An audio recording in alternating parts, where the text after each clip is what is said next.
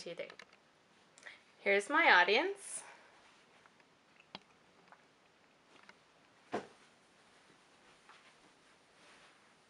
Normal teenagers know where they're going to get their next meal and know that their mom and dad can provide for them, and they have the security of their parents around.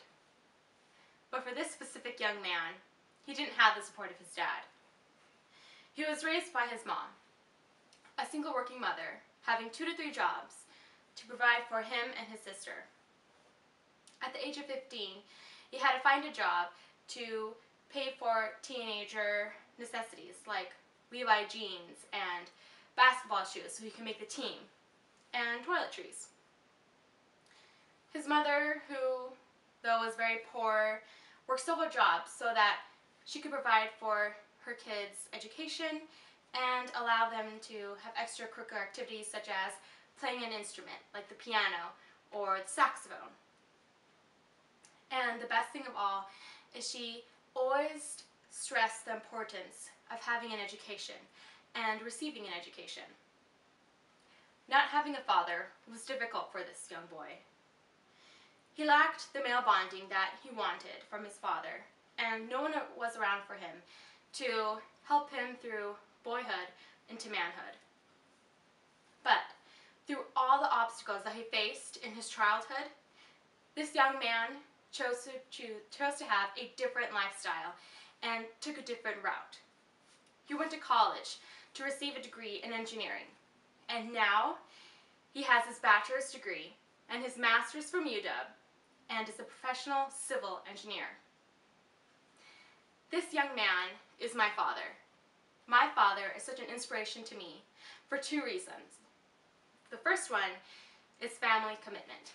He showed me that family comes first instead of your education and your career. You always want to provide for your family and think of them.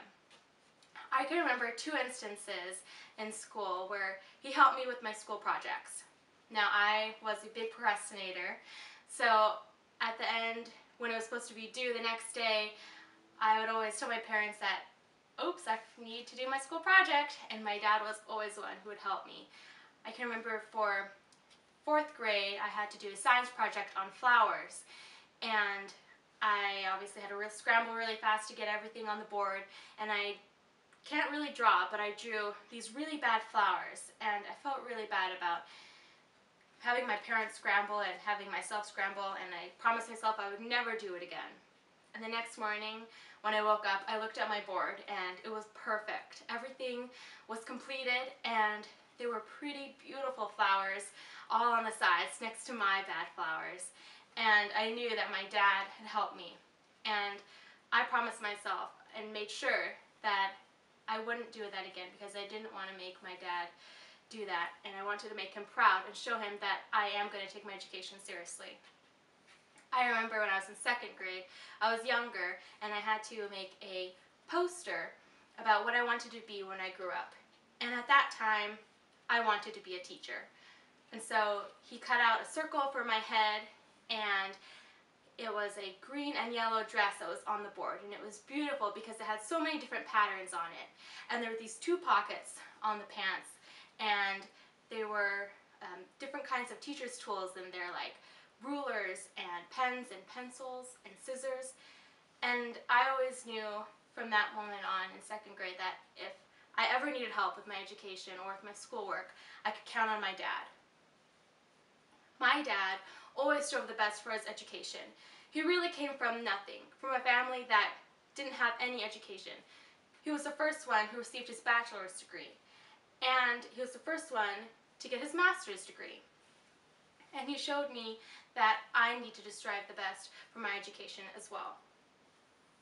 He also taught me that education is in fact a reality and that you have to face it sometime.